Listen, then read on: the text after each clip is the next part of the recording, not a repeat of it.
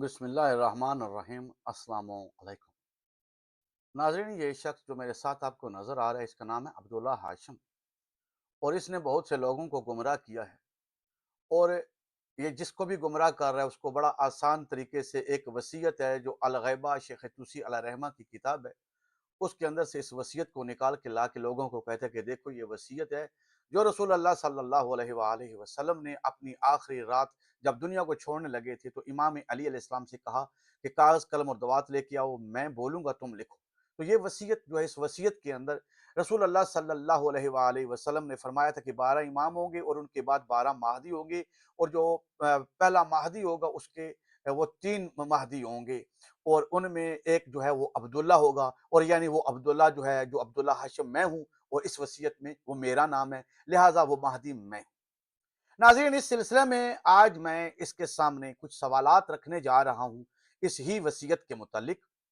और ये वसीयत जिसका ज़िक्र मैंने अभी किया, जिसको अल गैबा शेख तुसी में ये जो मौजूद है, इसमें जो अबारत है उसका तर्जुमा जहाँ से ये शुरू हो रही है, मैं शुरू करता हूँ, वो साथ-साथ सवाल भी मैं यहाँ पर छोड़ता जाऊँगा। पहला सवाल ये है, और ये है कि या अली, मेरे बाद 12 इमाम होंगे और उनके बाद 12 महदी होंगे, और जो 12 इमामों में पहला इमाम होगा या अली वो तुम होगे, आसमानों में तुम्हारा नाम अली अल मुर्तज़ा अमीर अल मोमिनीन, उसके अलावा फारूक आज़म, सदीक अकबर और महमून और अल महदी, तुम्हारे अलावा इनामों का कोई मुस्तहिक नहीं। अब यहाँ रोके, मेरा पहला सवाल यह है कि पहली इब्तिदा में ही यह हदीस बयान कर रही है कि अली अलैहिस्सलाम के अलावा और कोई महदी हो सकता ही नहीं, तो दीगर 11 महदियों का तो फिर तल्लक बनता ही नहीं।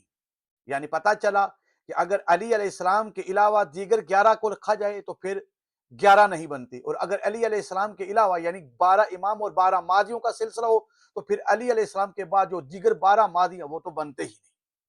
नाज़रीन इकराम, बड़ी ही नुक्ते वाली ये बात है। ये पहला सवाल है, ये अब्दुल्ला हाशिम इसको किस तरह लोगों के सामने साबित करता है कि ये यहाँ पर इमाम अली अलैहिस्सलाम के अलावा कोई भी महदी होने का मुस्तहिक नहीं, तो फिर उसने 12 इमामों के अलावा 12 महदी कैसे बना लिए, जबकि 12 इमामों में 11 इमाम भी महदी नहीं हो सकते सिवाय अली अलैहिस्सलाम के अलावा। तो फिर 12 इमामों में अगर 11 नहीं हो सकते तो जो गैर इमाम है वो तो सोचना भी बड़े मुहाल है।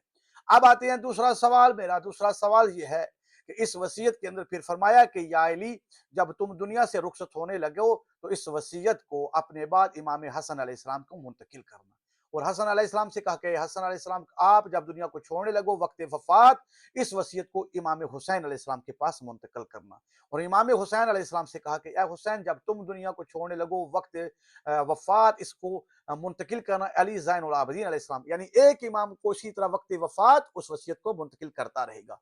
तो अब्दुल्ला हाशिम, मेरा सवाल यह है कि जब इस वसीयत के अंदर यह मौजूद है कि 11 आइमा ने इस पर अमल किया और वक्त वफात ही इस वसीयत को मुंतकिल किया, तो ये बताओ कि इमाम महदी अलैहिस्सलाम ने इस कानून को क्यों तोड़ा? उन्होंने बगैर वफात के इस वसीयत को तुम्हारे पास कैसे छोड़ा, या तुम्हारे अलावा शेख तुसी के पास कैसे आई, या शेख तुसी के अलावा किसी और फर्ज के पास पहुंची तो कैसे पहुंची? क्यों कि वक्त एक ये तो शर्त है, दीगर 11 आइमा ने पूरा किया, अगर ये वसीयत सच्ची है तो वक्त वफात ही ये मुंतकिल होनी चाहिए, लेकिन इमाम महदी अलैहिस्सलाम की तो वफात हुई नहीं।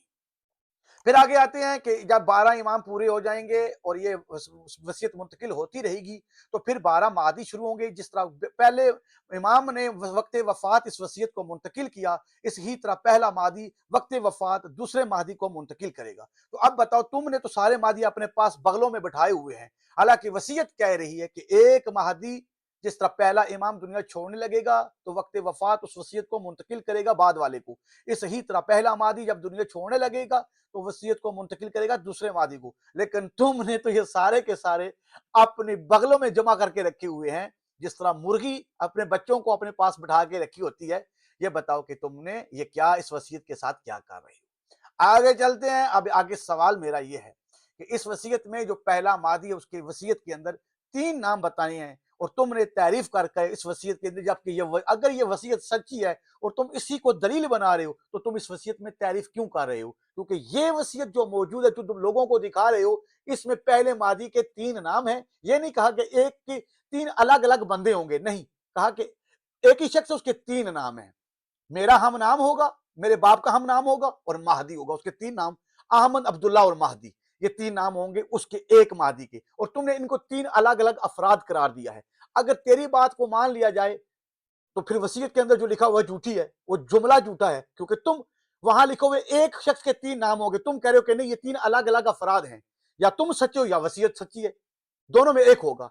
फिर अगर उसके बाद हमारा सवाल है कि अगर ये बात सच्ची है तो बताओ फिर तो 12 मादी नहीं बनते, क्योंकि पहले के साथ 3 हैं, ये अब्दुल्ला, अहमद और महदी, ये 3 हैं और 11 अलग हैं। अगर 11 और 3 इनको भी डाला जाए तो ये 14 महदी बनते, फिर तो ये 12 बनते ही नहीं। तो अब बताओ तुम्हारे झूठ को इस वसीयत के मुताबिक हम किस तरह एक्सेप्ट करें।